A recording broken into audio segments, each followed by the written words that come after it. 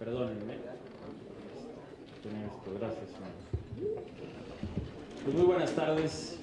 Tengan todas y todos ustedes. Muchas gracias por esta oportunidad de poder platicar una vez más sobre los temas educativos y cómo hemos venido avanzando tanto con la reforma, con el nuevo modelo educativo. Pero antes quiero agradecer mucho a nuestro líder, a nuestro coordinador, a mi muy querido amigo Emilio, no solo por esta invitación, sino por todo el trabajo. Él ahorita lo relataba muy bien. Desde que yo tuve el honor de ser jefe de la oficina del presidente de la República, tuvimos una relación muy intensa, como él lo relataba, de 5, 6, 7, 8 llamadas diarias, cruzando cómo iban los temas en el Senado.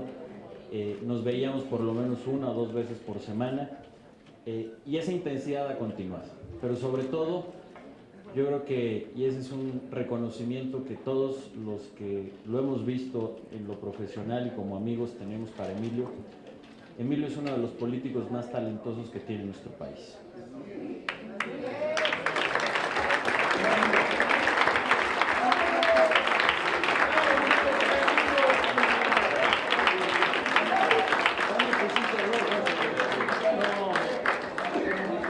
Es la verdad, ustedes saben, Emilio ha dedicado su vida, porque además desde muy joven, a los 30, 32 años, era ya el secretario particular del presidente de la Madrid, y desde ahí pues hacía muchas cosas a favor del país. A ver, no, Emilio es un hombre que ha entregado su vida a la República y que es uno de los mayores activos que tiene nuestro partido y que tiene nuestro país como constructor de instituciones.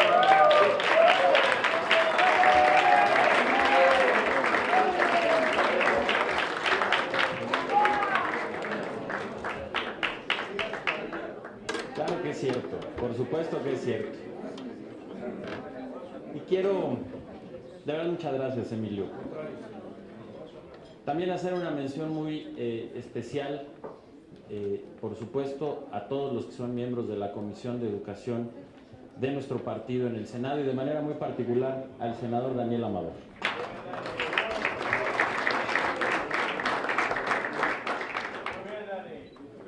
Un gran senador que representa muy bien a su entidad, a Sinaloa, pero que además es un maestro de convicción, de corazón, que ha dedicado su vida a la educación y que ha sido un pilar para que la reforma educativa avance y genere consensos, y con quien hemos construido también una gran relación profesional y personal. Muchas gracias, senador. Gracias, Daniel.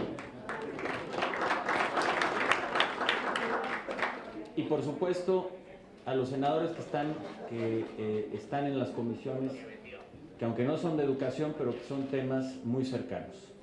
El caso de la Comisión de Ciencia y Tecnología, muchas gracias al senador Patricio Martínez, y por supuesto también, ¿dónde está Gerardo? El senador Gerardo Sánchez con la Comisión de Cultura, que son hermanas de los temas educativos y con quienes también hemos tenido una relación muy estrecha en diversos temas. Y reitero,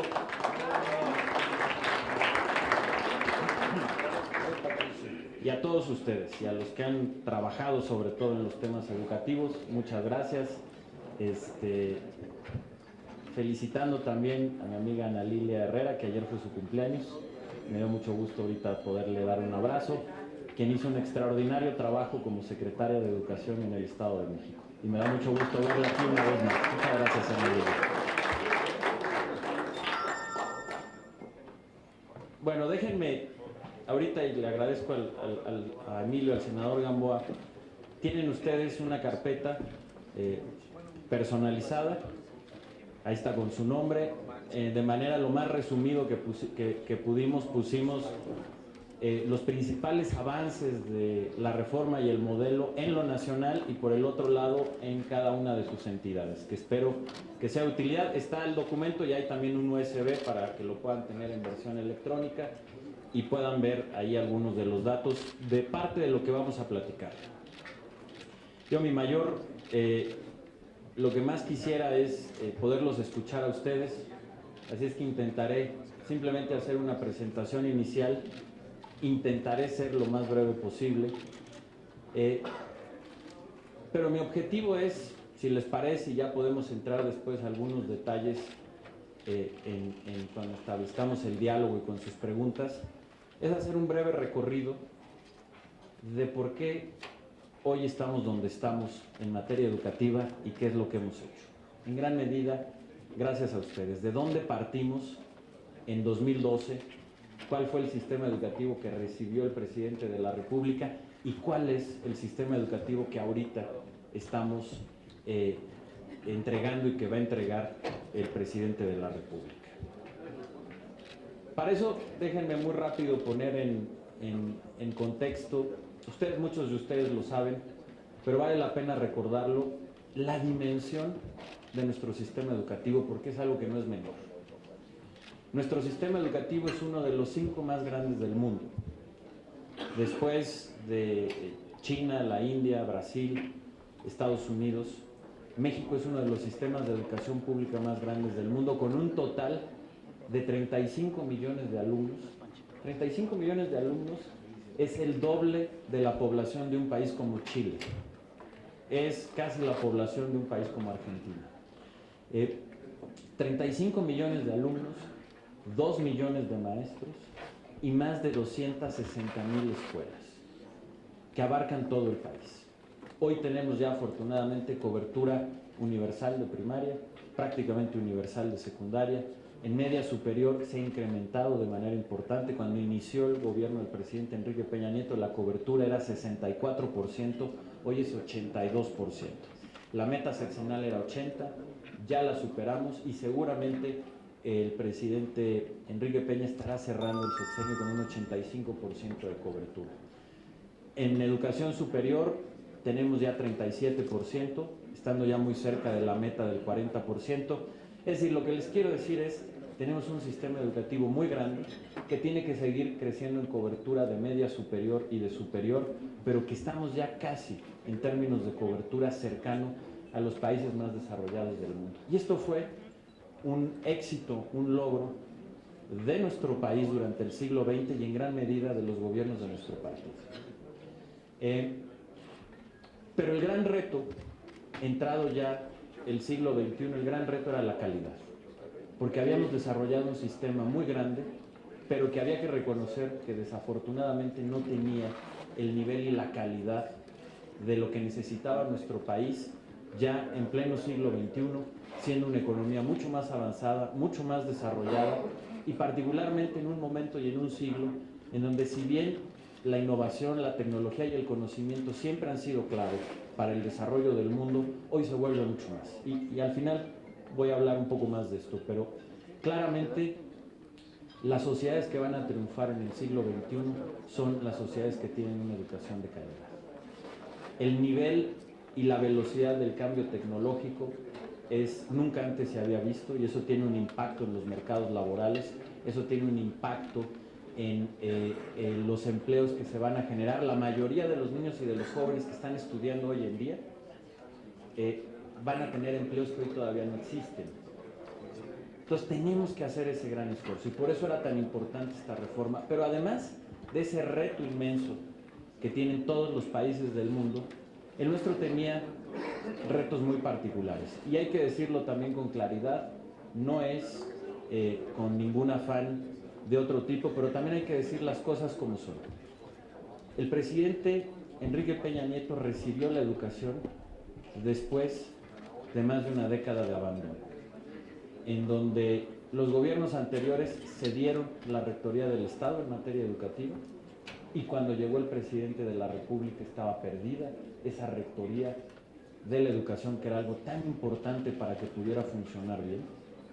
Las escuelas habían estado en el abandono. Ahorita hablaremos más de eso, pero nada más para que vean la diferencia en la inversión.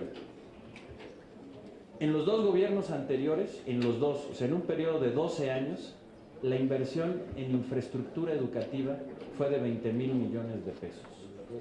12 años.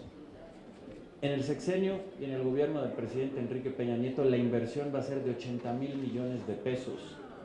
Ahorita ya ejercidos estamos cerca de los 50,000 millones de pesos. Fíjense la diferencia, 20,000 millones en 12 años contra 80,000 millones en 6 años.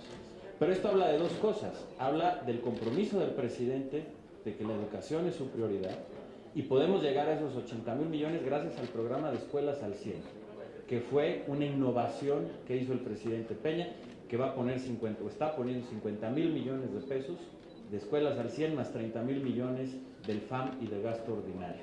Ahí está el compromiso, pero también está el otro lado. Esta gran inversión nos va a ayudar a avanzar muchísimo, pero aún así no vamos a lograr arreglar todas las escuelas. Pues claro, si después de 12 años que estuvieron en un abandono, pues el rezago fue gigantesco. Nada más pongo ese dato para que se contraste lo que se ha hecho, pero también lo que se dejó de hacer en los años anteriores y el rezago del que veníamos. Ese mismo rezago estaba reflejado en los planes y programas de estudio, muy poco actualizados a las necesidades del mundo del siglo XXI, en muchas ocasiones dijéramos, no con la calidad deseada. En fin, no quiero entrar más en eso, pero era parte de esa realidad. Así es que cuando llega el presidente de la República, era inminente la necesidad de una gran reforma educativa que recuperara la rectoría del Estado y que modernizara todo. Los planes de estudio, la profesionalización de los maestros, las normales, reorganizara las escuelas, hiciera una gran inversión en infraestructura, y de eso se ha tratado la reforma. Una reforma para que además no quepa duda de la prioridad que ha sido para el presidente. Ustedes lo recuerdan muy bien, pero hay veces que, reitero, vale la pena recordar. El presidente de la República tomó posesión el 1 de diciembre de 2012. El 2 de diciembre de 2012 se firmó el Pacto por México. Y el 3 de diciembre de 2012 estaba sobre la mesa una propuesta de parte del Ejecutivo de reforma educativa. Ese mismo diciembre, gracias a ustedes y gracias al esfuerzo de este grupo parlamentario, ese mismo diciembre se votó de manera favorable la reforma constitucional. Y después vinieron la legislación secundaria, y desde ahí empezaron las resistencias. Resistencias obvias y claras, porque estábamos cambiando, o era el inicio del cambio del sistema educativo. ¿Dónde? Pues en el momento en el que damos el paso, o se dan los pasos para recuperar la rectoría del Estado, tener reglas claras para el ingreso al servicio profesional docente a través de un concurso y de un examen para que entren los que tengan mejores aptitudes y conocimientos, los concursos para ascender de ser maestro a ser director, las evaluaciones que permiten saber cómo vamos y dar capacitación a quien lo necesite, e incrementos salariales a quien demuestre que está haciendo muy bien su trabajo. Todo eso implicaba un reto para quienes antes controlaban los ascensos de los maestros, para quienes antes controlaban el ingreso, para quienes después de esos 12 años de pérdida de rectoría del Estado se incrementaron prácticas como la venta y la herencia de plazas. Hay que decir las cosas como son. Y por supuesto que desde ahí vino la resistencia de la coordinadora. Y fue tal esa resistencia, ustedes se acordarán, que no pudieron sesionar en este recinto. Tuvieron que ir a sesionar a un recinto alterno, al centro Banamex o Bancomer, bueno, ese era el grado de resistencia y ese fue el valor que tuvo este Senado y que tuvo este grupo parlamentario para sacar adelante esa reforma. Y después de eso vino la parte de la implementación. Ustedes conocen la historia, pero déjenme nada más también para recordar, porque estas resistencias obviamente fueron también, después de la aprobación legislativa, fueron creciendo, ya en el campo, en el día a día. Y esas resistencias llegaron a su pico hace un año, exactamente hace un año, que estábamos iniciando cursos. Y hace un año teníamos un paro de labores en Michoacán, en Guerrero, en Oaxaca y en Chiapas. Pero no solo eso. En Michoacán, y quienes son de Michoacán lo saben, teníamos bloqueadas las vías del tren del puerto Lázaro Cárdenas, generando ya un problema para el país, porque gran parte de la mercancía de ese puerto, que es uno de los más grandes de nuestro país, va o alimenta la generación de muchas de las exportaciones que hace nuestro país y que se producen en el centro, en el Bajío y en el noreste. En Guerrero, y lo saben bien, teníamos bloqueada la autopista del Sol de manera intermitente, pero bloqueado el paso entre la Ciudad de México y Acapulco. En Oaxaca estaban bloqueadas más de 80 carreteras, a tal nivel que hubo comunidades, tanto del istmo como de la costa, que tuvimos que hacer un puente aéreo para llevar víveres por el bloqueo que estaban sufriendo. En Chiapas estaba bloqueada la frontera con Guatemala y estaba bloqueado el paso entre Tuxtla Gutiérrez y San Cristóbal de las Casas. Ese era el panorama hace un año. Y empezaba a haber muchas voces que decían que teníamos que modificar la reforma educativa, voces que decían que la reforma tenía que continuar en el país y en estos lugares hacer una zona de excepción. Ideas que afortunadamente la firmeza y la claridad del presidente de la República no aceptó y no se dio.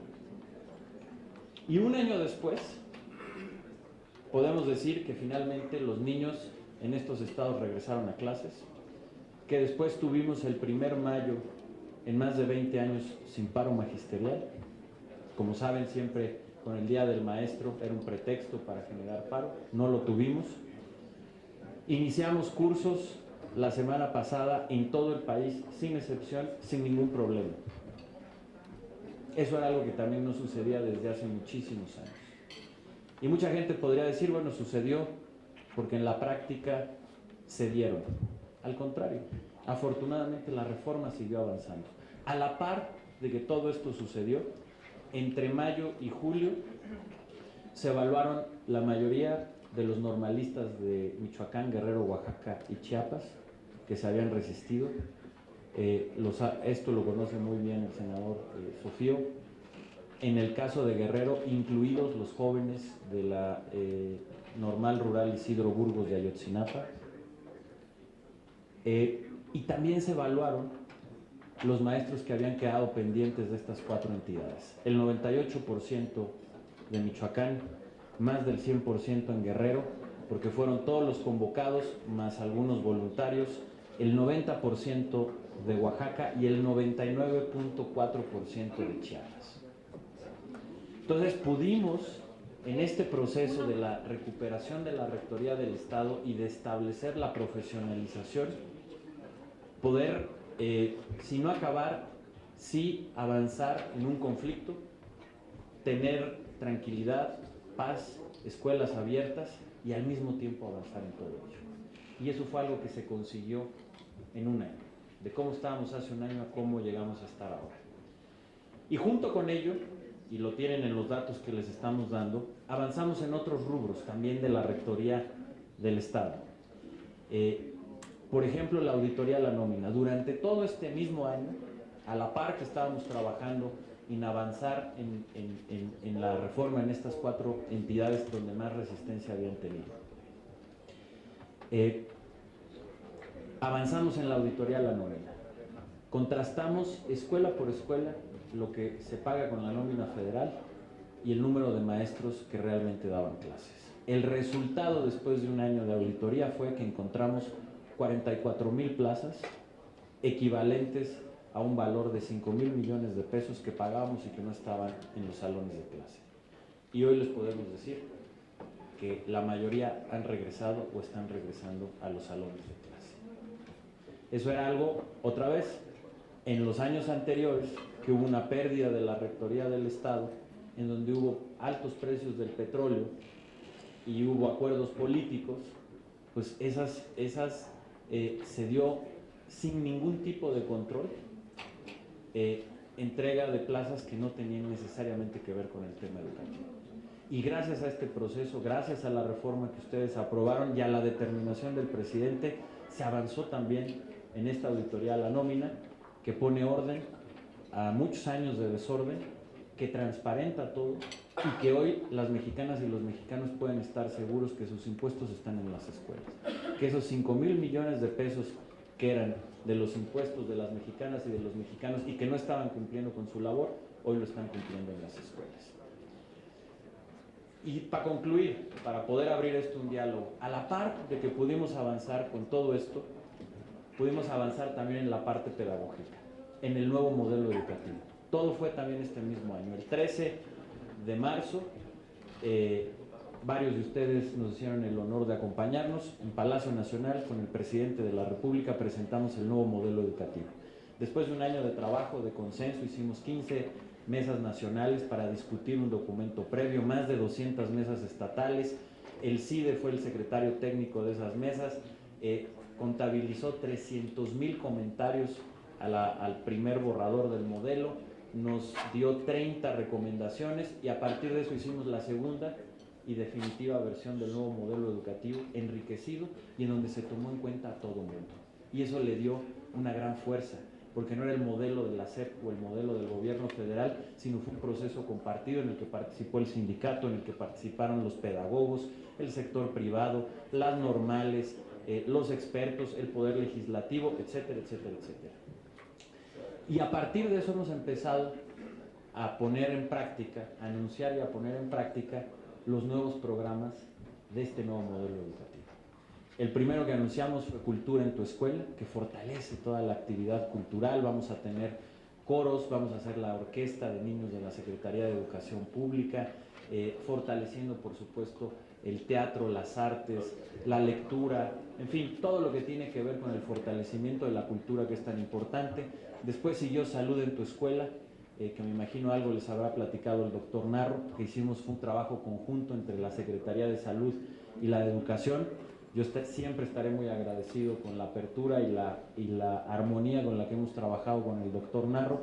Y este es también un gran programa para llevar doctores a las escuelas, medir el peso, la talla, si tienen problemas visuales, auditivos, etc. Creo que ya podemos entrar en detalles a quien le interese. Después vinieron los nuevos planes de estudio. Y otra vez, no fueron los planes de estudio nada más de la SEP. Trajimos a los 90 grandes expertos en pedagogía de nuestro país y ellos construyeron en función del nuevo modelo los nuevos planes de estudio que ya están listos con un año de anticipación porque entran en vigor en el ciclo 2018-2019, pero los necesitamos tener desde ahorita para todo lo que seguía, porque tenemos que hacer los nuevos libros a partir de esos planes, comisiones que ya establecimos y ya están trabajando también los expertos. Durante todo este año hacer la capacitación a las maestras y maestros. Vamos a ofrecer capacitación gratuita a todos los maestros, 1.200.000 maestros que van a recibir una capacitación gratuita para que conozcan a detalle el nuevo modelo, los nuevos planes de estudio, etcétera. Después seguimos, bueno, con lo de los libros que ya les decía, continuamos con la presentación de la nueva estrategia de inglés, que es algo que nos entusiasma mucho, que va a ser un cambio extraordinario para el país. Nos vamos a tardar más o menos 20 años en que todo el sistema educativo sea bilingüe, pero vamos a ser el único país de Iberoamérica, no solo de Latinoamérica, incluyendo España, Portugal y, si me apuran, Italia y otros países de Europa, no van a tener un sistema bilingüe o trilingüe para quienes tengan una lengua indígena como el nuestro. Y vamos a empezar con las normales, que las normales se hagan bilingües. Ya sacamos la primer convocatoria, ahorita hablaremos.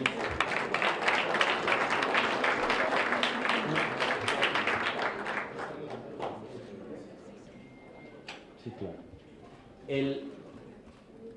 Ya si quieren hablaremos ahorita a detalle, pero bueno, presentamos lo del inglés, el fortalecimiento a las normales.